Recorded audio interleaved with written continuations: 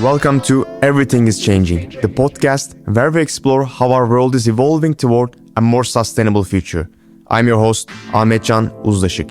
Each episode, we focus on key areas driving this transformation: circular economy, ecosystem restoration, energy transformation, sustainable mobility, and water. Join us for conversations with experts, journalists, and change makers who are creating solutions for a regenerative and resilient world. Everything is changing. Today, we are joined by Giacomo Lozzi, an advisor and researcher dedicated to making cities more livable and sustainable.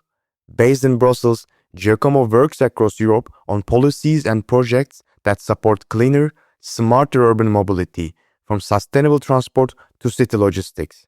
With experience in nonprofits, public institutions, and academia, he brings a practical and holistic view to the future of how and why we move. In this episode, we'll talk about the true meaning of sustainable mobility, who bears the responsibility for change, and how solutions like cargo bikes and EU policy can reshape our cities. Giacomo Lozzi, welcome. Thank you for being here with us today. Thanks for having me. I want to start with the basics. Sustainable mobility became a buzzword in the last years, as you know. Everyone is talking about it from a different perspective. Personally, when we talk about sustainable mobility, I always tend to think it is related to reducing carbon emissions. But I think it is more than that. Can you explain what it really means?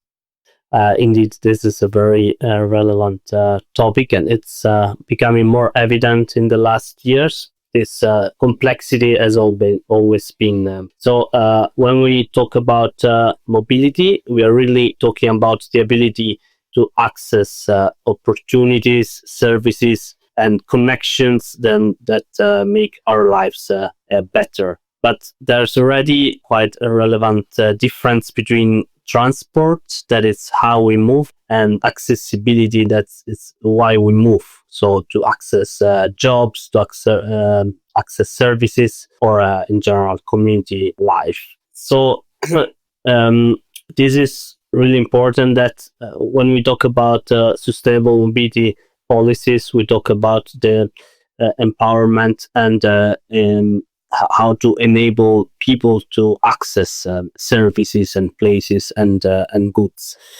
So the transport is a means for this, but the real buzzword should be accessibility. And when we talk about sustainability, we're not only talking about environmental aspects. That is something that often sort of confusion. But we talk about three dimensions: the environmental one, of course, but also economic feasibility and social equity as well. So a solution or a measure or policy can be green, but if it's not socially just or economically viable, it's not really sustainable. So in order to have sustainable mobility, we have to consider sustainable access to solutions that are provided in a way that is environmentally, economically, and socially sound.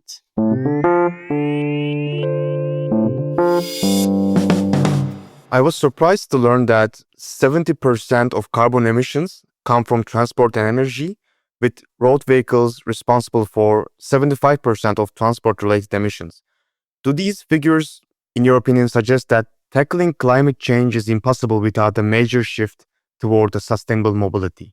Transport is one of the major sources of greenhouse gases emissions, but also of other pollutants, mainly related to air quality. And what is also very relevant is that in cities, it's about 1/4, depending on the sources, but of emissions coming from transport, and overall emissions coming from transport sector are still increasing despite the solutions that have been put in places over the year to overcome it. So it's quite worrying. So indeed, the addressing transport is very essential to address the overall climate crisis. There have been different trends lately over the last decades on improving urban mobility and make it more sustainable.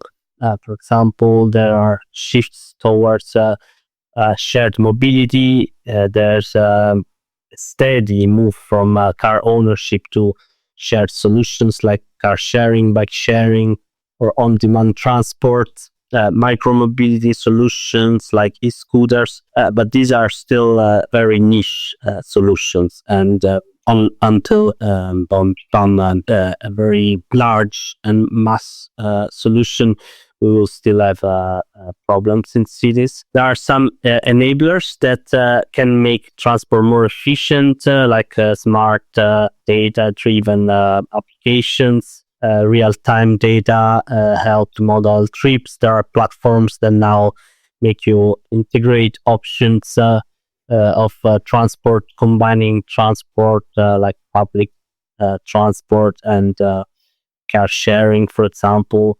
There's electrification of both public fleets. You see many more electric buses, also electric vans, even trucks sometimes.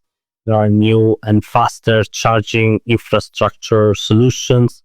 There are cargo bikes that are also used as in some cases can be used as replacement for both family trips but also professional trips. There are more low emission zones, fewer parking spaces. So there are many cities that are taking bold solutions to address the issues of private cars, also as a source of pollution, also as a way to make cities more livable. But this is not enough. You can see that a few cities are taking the initiatives, are quite brave, but we have to empower all the medium and smaller sized cities to take action as well, because in the end, Europe in particular is made of these smaller cities that often not have the capacity to take this radical change.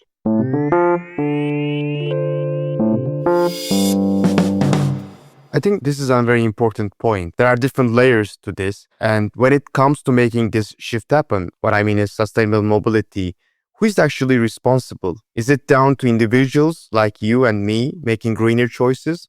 Or should the weight fall more on local governments, national governments, or even an international corporation? Like all these climate negotiations and everything, COPs and climate meetings, who is really actually responsible here? That's a very tricky question and very good one. It's I would say in one word, it's everyone at the different levels. I think what is most important is to understand what I was mentioning before, the effect of accessibility, but also there are two more A's that are now becoming more and more visible in the discussion around mobility transitions. Is besides accessibility, it's affordability and availability. So in order to make a smooth transition, transport options should be available to everyone. There shouldn't be high costs that affect households' budgets, and there shouldn't be a limited access that cuts people off from essential services and opportunities. So we have to ensure that everyone is not obliged to make a choice, but so we shouldn't restrain always people, but we should give them the chance and the opportunity to choose what is best for them. And this often corresponds to what is also best for the society overall. So what happened in the past is that the digital green transitions widened or at least risk to widen the social divide. Because if you introduce the obligation to buy electric cars, not because you oblige people to buy electric cars, but because, for example, you introduce a zero emission zone, then you have to make this possible for people to buy it. And then if this kind of cars cost at least 20,000 euro and people don't have access points to charging points to recharge them, you're leaving people behind. So then taking this as an example, who is responsible for it?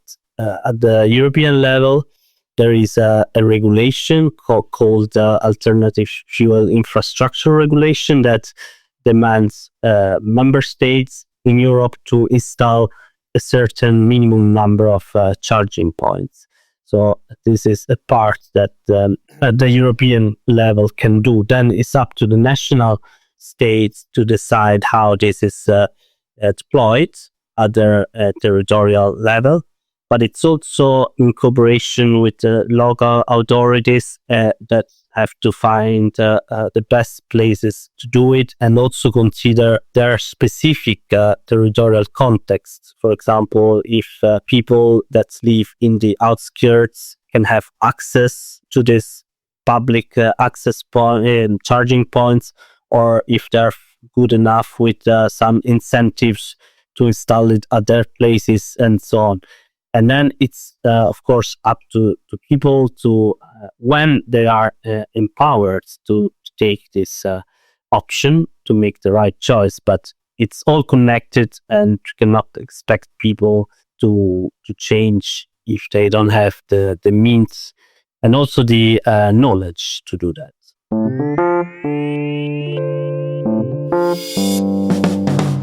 You gave a very comprehensive answer. Thank you. You talked about micromobility solutions. I know you worked a lot on cargo bikes. I read a lot of articles of yours, and also I think you did a podcast episode even about the cargo bikes. Why do you think they're important, and do you think, realistically speaking, they can replace our car-centric world? Thanks for the question. That's a project that I really enjoyed to be part of on cargo bikes. I worked on it also in other occasions, but in particular for Brussels region. It was a project co-funded by the European Commission. That's also another role that, for example, Europe can have to encourage the deployment of these solutions, is to fund the innovation and testing process of it. And so this was a project that the Brussels region took together with local stakeholders in Brussels to promote the use of cargo bikes as a placement for both family trips but also business trips, as I mentioned before. In particular for families with children, because Brussels has a very peculiar situation, like 1 out of 2 households don't own a car, but among the households with at least one child, 90% of the households own a car. So it's really related to the presence of a child. So it was not just about promoting bikes, but cargo bikes because of their link to transporting kids. And this is becoming more and more of a trend. You can see that easily to children up to a certain age, even 10, 12 years old, even adults can be in the back of these cargo bikes. And it's a very convenient way of moving. There are some issues linked to the cost. They are quite expensive. They are easily stolen. So people don't have also parking spaces to store them. This is another problem. There are cultural issues where a car is considered often more safe and also just more known as a way of moving. And also people don't know sometimes, especially older generations, how to ride a bike. So there are many challenges, and the project was trying to promote the culture of these cargo bikes. And now you see there are more and more, and of course it's a starting point. And it's the same also for service trips, like can be a maintenance, repair, a guy using a cargo bike. Of course, it's not for all the jobs. You have to also not be too radical when you promote this kind of solutions. You really have to target the ones that can use the cargo bike because it's faster for them, because it's more convenient. And I think what is the key message is that you're not shifting because it's greener, but because it's more convenient, because the city made a policy or made a framework that for you as a user, as a professional, makes it easier to go around with a bike or cargo bike rather than a car or a van. So in this case, it was a project that started understanding how to do that, and I think there will be more and more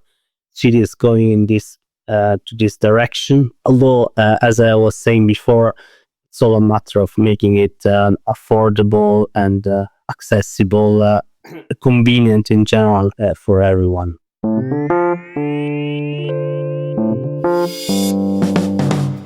You talked about the challenges of cargo bikes, but I think it's also same for almost all sustainable mobility measures. When it comes to that, there is this challenge of accessibility and affordability. And I always think like when we talk about sustainable mobility solutions, it's always addressing the middle class, but for the lower income communities, it is not easy for them to switch to more sustainable mobility options because of sometimes infrastructure or financial restraints. Can you maybe talk more about this? I have the feeling that in the previous years we focused mostly on the environmental dimension of sustainability, which is very crucial and very urgent. But as I said before, this cannot move forward without the social inclusion aspect. So, indeed, as you mentioned, there are many solutions and many aspects of this transition that can be challenging for some parts of the population. So I think what is important is that we must avoid creating radical divides. Policymakers have a responsibility to make evidence-based decisions and keep people together, but they have to consider if they are leaving someone behind. So, for example, when it comes to people living in more rural areas or people that have a lower income, there should be solutions for that. One concrete example is something that is under refinement at the European level,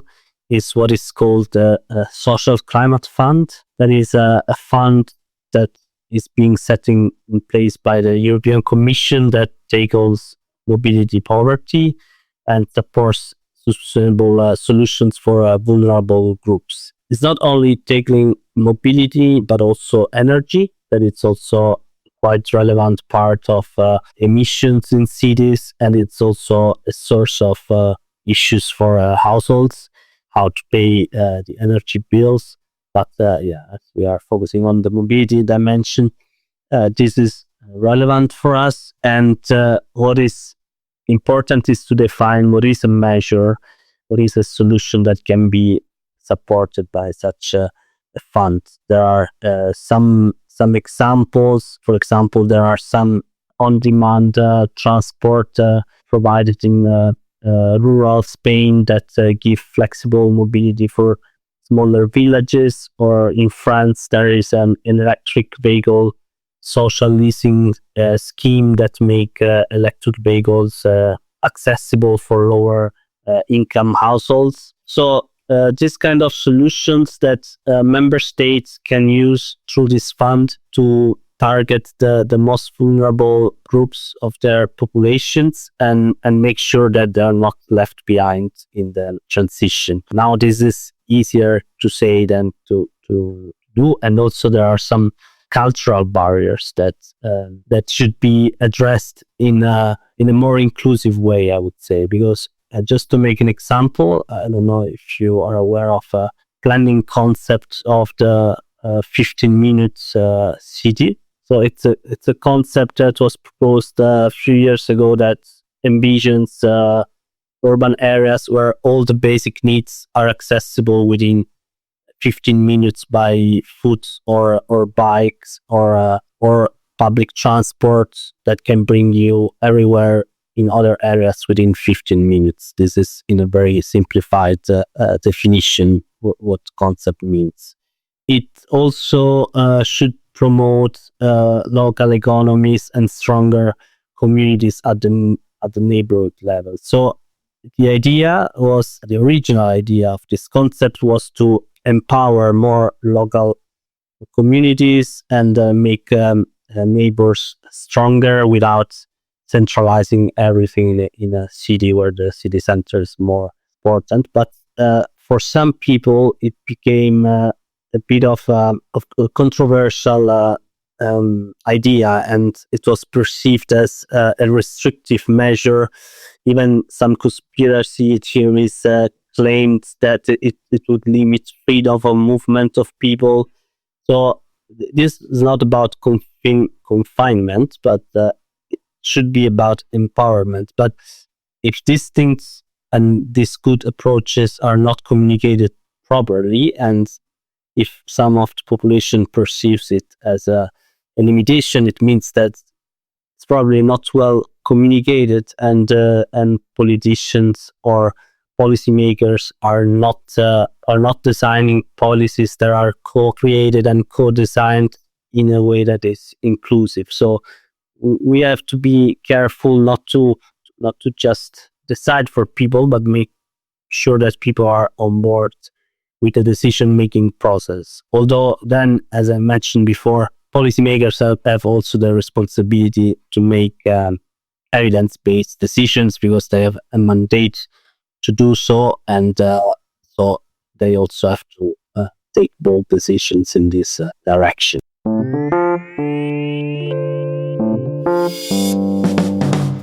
What you're saying is very important. I think there can even be just an episode on this topic. My final question is maybe zooming out a bit and going back to what the European Union is doing. How the Union is shaping or pushing forward sustainable mobility policies. More in general, the European Union plays a role that is called it's a transport for the European Union is a shared responsibility with member states.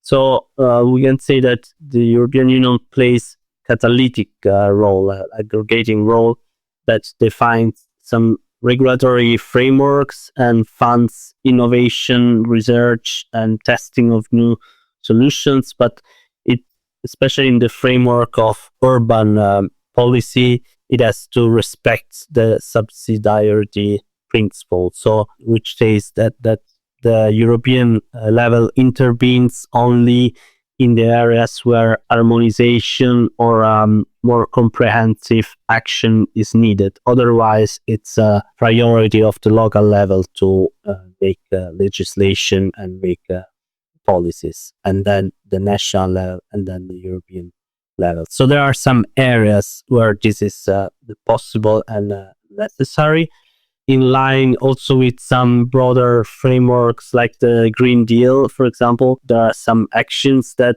are being taken. For example, one is on the 10T regulation, so the transport European network that is let's say a connection, a comprehensive connection of all the places and countries of the European Union, and making sure that there is a direct link among them and to close the gap of connections that are not well established. It's a bit complicated to explain, but in few words, it makes sure that there's a seamless connection among all countries of the European Union through infrastructure interventions mainly, but also other activities.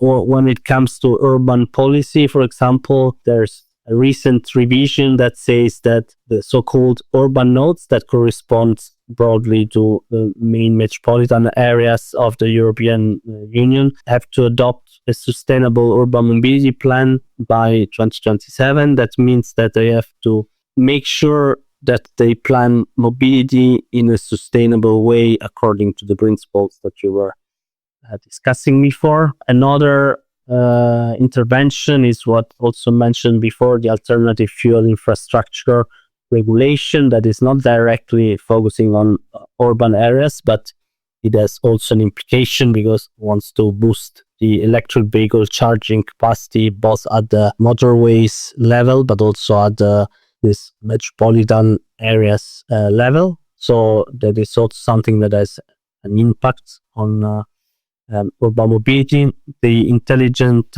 Transport System Directive also not only about urban mobility only, but mandates the digitalization of some transport data and improves the system integration.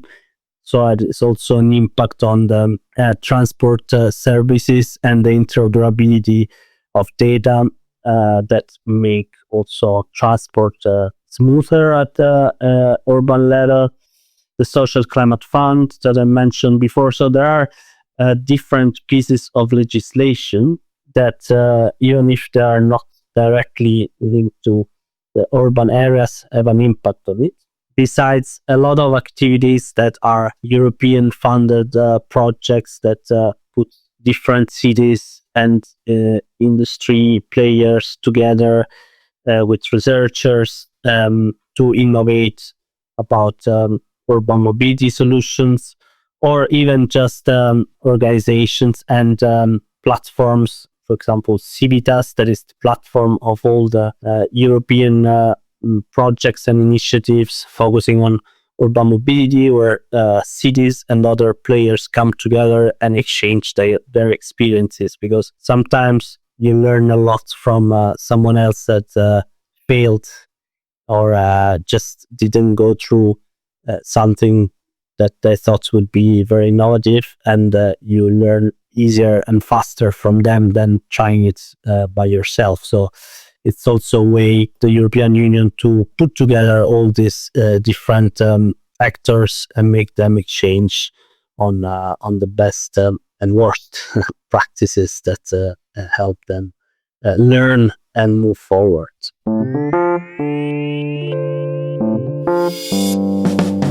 Thank you, Giacomo Lozzi, for being us here today. We had a wonderful conversation. Thank you again. Thanks for inviting me and for having me. It was very interesting to talk about these things, and I hope to listen to your other podcast very soon. Thanks.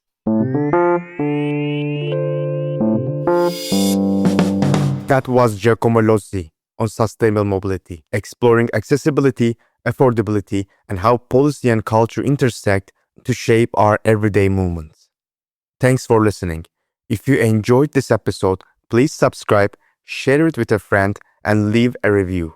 Because perspective is everything, and everything is changing.